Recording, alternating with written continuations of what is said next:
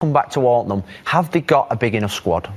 And sometimes you think they have when they've got everybody fit, but actually come February, March, April, May, when you really need your players like now to dig in and get results, I think they fall just short. Right, so far you've said Liverpool going to win the title, Tottenham going to fall short. Let me ask you about your favourite subject, Man United, sixth in the table. Are they going to get themselves into the top four? Yeah, I think they will. Yeah, look, Arsenal are fourth there. I don't think Arsenal will finish in the top four. I watched them on Friday night in the FA Cup. I don't think they've got enough. Chelsea, for me, are a club or a team that, you know, are inconsistent, that have probably got problems behind the scenes with the manager and the player connection. And I think United now are on a roll where they look like they're on a real charge. Yeah, and they had to come from behind, didn't they, Man United, when they took on Burnley this weekend, 2-0 behind and scored 2 late goals themselves. So it wasn't a great performance. And he made 5 changes, Ole Gunnar Solskjær, to the team that beat Arsenal in the Cup. Were you surprised he made as many as that? He took a real risk. I think he probably pinpointed this game to get the likes of Mata, Pereira in midfield games, but I think it showed that you can't actually take risks in the Premier League. He has rotated really well since he's come in. Yep.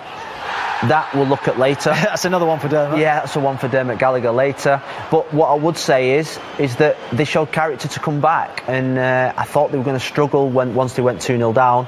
But this man Pogba, you know, I think I've always been a big fan of him, even when he was getting criticised, as drove the team forward, is now getting to get goals and assists. Yeah, it used to be called Fergie time, this. It's now Ole Gunnar Solskjær time, isn't it? Yeah. The 2 late goals that United scored. What about Ole Gunnar Solskjær and the job he's done? Well, he's in pole position. When he came in, I think he was so sensible bringing Mike Phelan in with him, keeping Michael Carrick with him, actually probably wrapping his arms around all the players and giving them a bit of love. What I love about him is the style of football that he's now playing. Look, people talk about Man United about always playing this fantastic football. They've always been a direct team, direct club, crosses into the box, committing men in there, floods of attack. Probably the 2 games against Arsenal and Spurs, the counter-attack, the speed in wide areas, making substitutions, but substitutions to win games rather than to defend games. I think it's that positive output that he's put on the team. And all of a sudden, the shackles are off, Matt. The shackles are off. They're playing with freedom, and they're starting to show what they're all about. What does it take for the board to say, yeah, you've got the job in the summer? What does he have to do? What does he have to achieve this year? Is the top 4 good enough? Top 4 is good enough, yeah. It's good enough for him to get the job. If he gets in the top 4, it puts him in the top of the pile. Yeah, I think it does. Look, it's not going to be easy to get another manager in there. So when people say, "Oh, United will go and get Pochettino," there's no guarantee that United will get Pochettino. So every game that he wins, the board probably thought in December when they named him, Pochettino's our number 1, or Zidane. And every time he wins a game, Ole's coming up on the ropes, and now I think he's ahead of those because they think, dear me, actually, this guy knows the club, he knows the culture. Look at the players. He's now turned Martial into someone that didn't want to sign a contract, that couldn't score goals. Rashford. Now they're probably 80 to £100 million players. Pogba, unbelievable change. How much is he being influenced by Sir Alex Ferguson? Yeah, I think there is an influence there. Every press conference and every interview that he does, he reverts back to the words that probably Sir Alex told him. But I actually think that's quite sensible. But he's gone back to Ferguson's ways, hasn't he? Yeah. Club suits for games, the style of football, Mike Phelan back alongside him in the dugout. He's gone back to those ways, hasn't he? Do you know, I think the biggest thing for me, they rolled up to Wembley against Tottenham, and they all got off the bus in their club blazer. Now, that is a tradition of Manchester United that's been lost. And you might think that's a small thing, but what that tells me is that the players have got the discipline back. They actually know what's required now in terms of standards. I don't see Paul Pogba on social media anymore. I've got to say, I don't see him on social media. The bits that he does put out on social media are very low-key. The focus is on his football, he's scoring goals, he's being what Paul Pogba should be, the focus on the field. All of a sudden, there's discipline. There's no pictures inside dressing rooms anymore. There's no pictures people dancing inside after in the cold baths.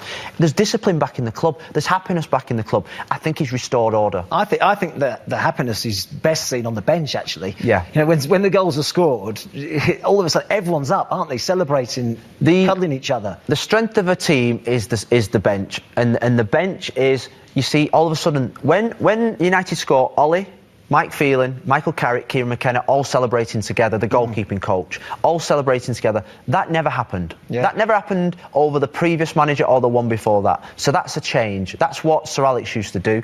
The bench being happy, rotating of players, the youth players coming through into the squad. He's giving them a chance. He's giving them a chance, he's giving them a platform.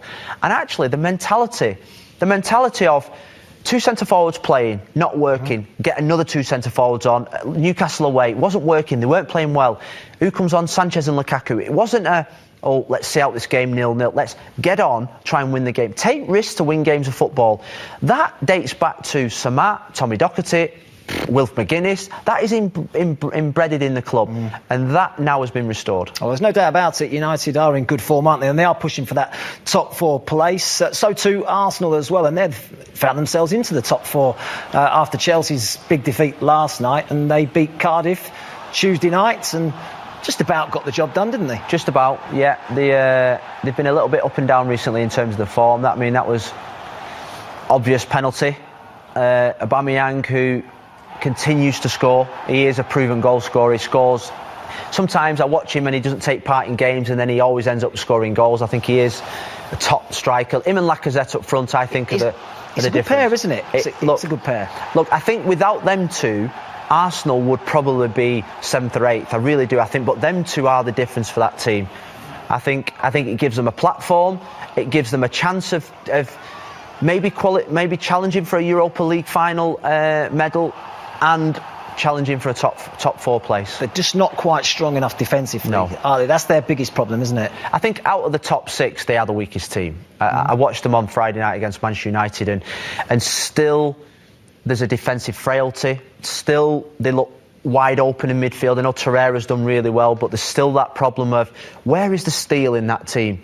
And like I say, without the front two, I think they'll struggle. There was one other game, his face, and see if you can get a reaction out of him. You try and intimidate him. Well, Troy Deeney even said it at the start of the season. He didn't. He said, take it in turns to have a kick out at Wilfried Zaha. Someone will have a go, someone else will have a go until he reacts. He's got to toughen up. And I know he needs protecting by referees. We want all our flair players protecting. You see Pep coming out and but you know what? Raheem Sterling gets so much aggression against him. You never see him coming out and saying, please, the world owes me a favour. No, Wilf, get on with it. You're a good player, and keep taking those defenders on. Let's have a look at the most fouled players in the Premier League. And I mean, there you mentioned Hazard. He's actually been kicked more than Wilfried Zaha this season. I know he's second in that list, but Hazard is above him. No, look, he's up there because he's a really good player. I mean, if you're playing against Hazard, Zaha or Richarlison as a fullback, and I can only speak for myself, to give them niggly fouls, you would want to tackle them and stop their rhythm.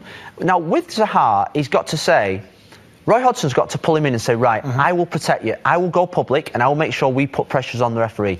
You just got to keep playing football and not act like you did last night. It's not the first time he's acted like that. This has been a recurring theme now. Yeah. Point of peace.